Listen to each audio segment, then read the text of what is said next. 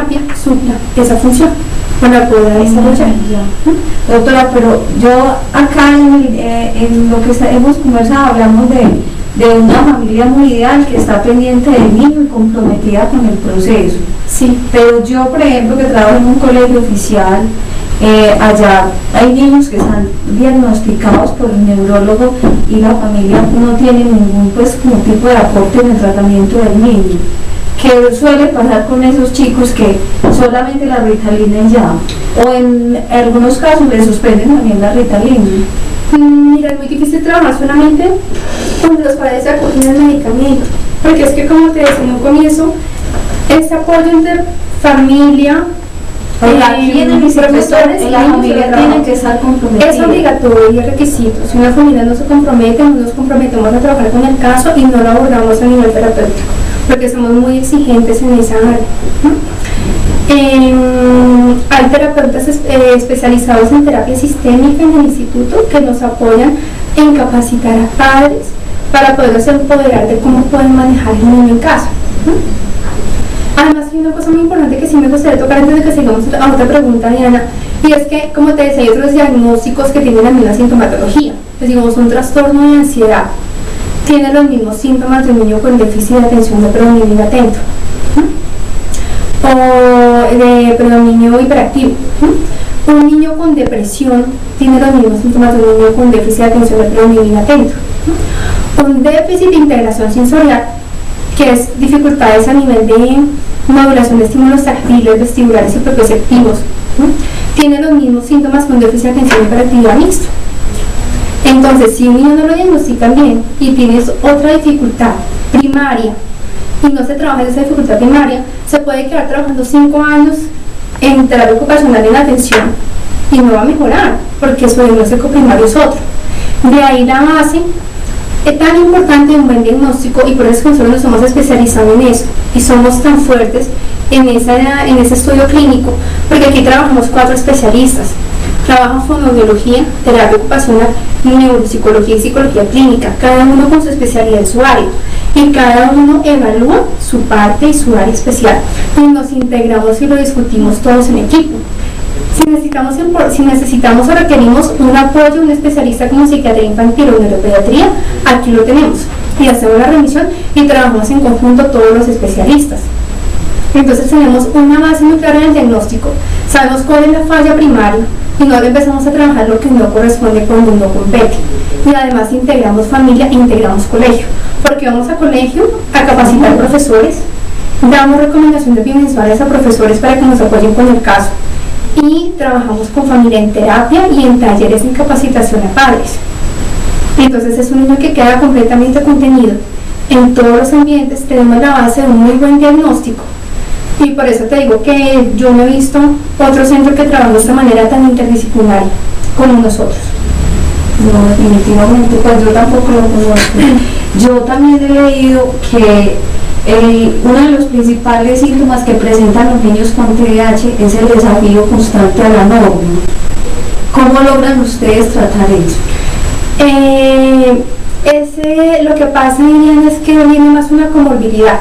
Es decir, en un gran porcentaje los niños con déficit de atención y hiperactividad tienen una gran predisposición, a una mayor prevalencia a que también tengan una dificultad en acatar la norma, como tú lo llamas. Pero son más 2 componentes que van paralelos y que, según los estudios estadísticos, hay un porcentaje en la cual van juntos, y son niños que tienen algunos indicadores o un trastorno negativista desafiante. Si tenemos 2 componentes, tenemos un sistema atencional comprometido a nivel de autoadministración y un nivel afectivo también comprometido. Entonces, uno es un diagnóstico más de neuropsicología y el otro es algo más afectivo en psicología clínica. Entonces abordamos ambas áreas. Empieza a trabajar el niño en psicología para empezar a entrenarlo y enseñarle la importancia de adaptarse al ambiente y que no el medio se adapte a él. Y empezamos a trabajar ahí más que todo con padres, porque padres finalmente son quienes dan ese modelo de autoridad. Y si el niño tiene dificultades, muy posiblemente, o en la mayoría de los casos, no en todos, los padres no han ejercido un rol adecuado de la autoridad, de límites y normas. Y por lo general son familias disfuncionales. Por eso marcamos familia. y los enseñamos y los entrenamos semanalmente, estamos hablando con ellos para poderlos ayudar en cómo ir poniendo límites con una metodología más de reforzamiento positivo, pero si hay que usar negativo y penalizarse, penaliza y se ¿Cómo sería una penalización cuando hay una actitud negativa por ejemplo? Es muy importante cuando uno va a marcar límites con un niño, tener en cuenta que el adulto se tiene que anticipar al niño, al comportamiento del niño, porque el niño por lo general está acostumbrado a manipular la norma y a manipular a padres, por lo general, entonces hace pataletas, llora y hace una escala perfecta del adulto y sabe cómo puede hacer para hacer finalmente lo que quiere al final, y muy posiblemente lleva muchos años perfeccionando su técnica. Entonces es importante crear primero que todo unas reglas claras en casa. Tiene que tener reglas y tiene que tener deberes, que es distinto, y tiene que haber una consecuencia para cada uno. Si el niño no hace esto, la consecuencia es, y el papá mira qué privilegio, se puede penalizar. La penalización debe ser tan grave como la falta. Y importantísima regla de oro, la penalización siempre se cumple. A veces no sirve de nada, o si tú amenazas y no cumple la sanción, tampoco sirve de nada. Si das cantaleta y no da ninguna sanción, tampoco te sirve de nada. Entonces ahí el papá tiene que ser muy firme con la sanción, que es donde el niño llora y se pone triste y te suplica y manipula. Entonces por lo general con esos niños primero se pone la sanción y luego sí se hace un trabajo reflexivo, porque es importante que más allá de la sanción entiendan que eso es algo bueno para la vida y que se les está enseñando algo, que es lo más importante, no es poner la norma y la sanción y ya. El trabajo reflexivo posterior es supremamente importante para que el niño pueda comprender realmente por qué se está haciendo ese trabajo y la próxima vez cómo lo pudo haber hecho mejor. Entiendo. Doctora, una persona, un maestro del común y corriente que reciba aquí la capacitación virtual o una especialización, ¿usted considera que está en capacidad de afrontar un salón de clase de 40 estudiantes donde hay 20 que tienen, por ejemplo, déficit de atención?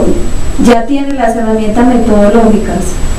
Sí, porque es que además el poder entender los procesos neuropsicológicos del ser humano y poder profundizar en cómo funciona ese cerebrito y por qué el niño lo está haciendo, le va a permitir al maestro comprender al niño, porque usualmente el maestro lo juzga y obviamente digamos que como es el niño que molesta y que no lo cumple nada la norma, pues el profesor también se angustia porque no sabe qué hacer ni cómo manejarlo, el niño también se angustia porque está en otro proceso diferente a nivel emocional y le da herramientas para poderlo manejar, porque lo más importante de comprender esas bases de desarrollo es que pueda desarrollar estrategias para su manejo y que podamos trabajar inclusión en aula y que aborde todos los tipos de necesidades educativas especiales.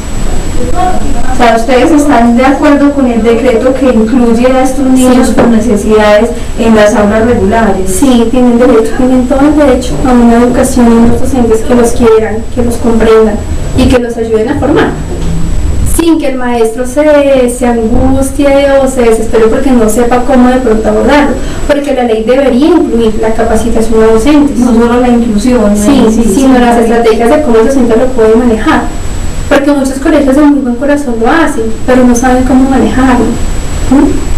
¿Qué metodología específica, un caso por ejemplo, le pueden enseñar a un maestro a manejar un chico con una actitud desafiante frente a la norma? Mira, lo más importante, a los maestros.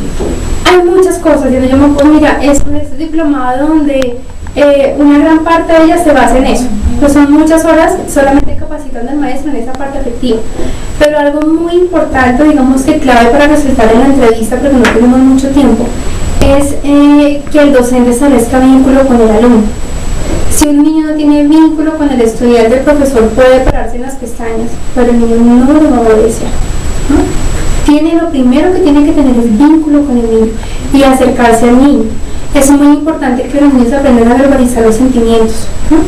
Cuando están, por lo general tienen bajo control de impulsos, pues son chiquitos que hacen y dicen lo primero que se les ocurre y ya después se dan cuenta de que agredieron o le hicieron daño al otro, pero ya es muy tarde porque ya no pueden hacer nada, ¿no?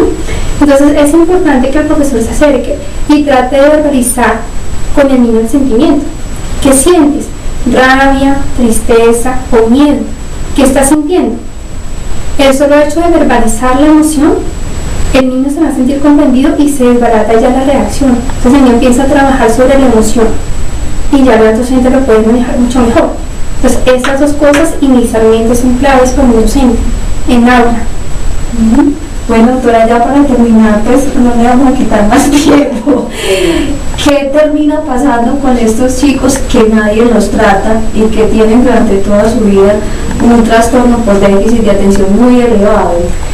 Tiene un alto riesgo, es decir, después de los 18 años hay un trastorno de déficit de atención residual y por estudios, Diana, son muchachos que pueden tener mayor predisposición o están en un alto riesgo, son muy vulnerables a caer en drogas o en diferentes tipos de adicción.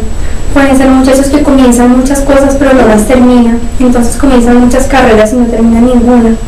O van a tener dificultades a nivel laboral con el ejercicio de la ejecución de sus tareas y puede que cambien muy rápidamente de trabajo. Si no han aprendido a seguir la jerarquía de un lugar, pues van a tener dificultades con sus jefes o con sus superiores. Entonces se va a afectar su proyecto de vida en su vida adulta. Un claro de objetivos, por ejemplo. Les va a costar mucho trabajo lograr metas y lograr objetivos, lo van a hacer, posiblemente lo hagan, depende del caso, pero con más esfuerzo y se les va a dificultar mucho más. Como te digo, son muy vulnerables a muchos riesgos que puede afectar su felicidad, que finalmente para lo que trabajamos, para ser felices, porque el proyecto de vida del ser humano es ser feliz, con él mismo y con otros. Ay, muchísimas gracias.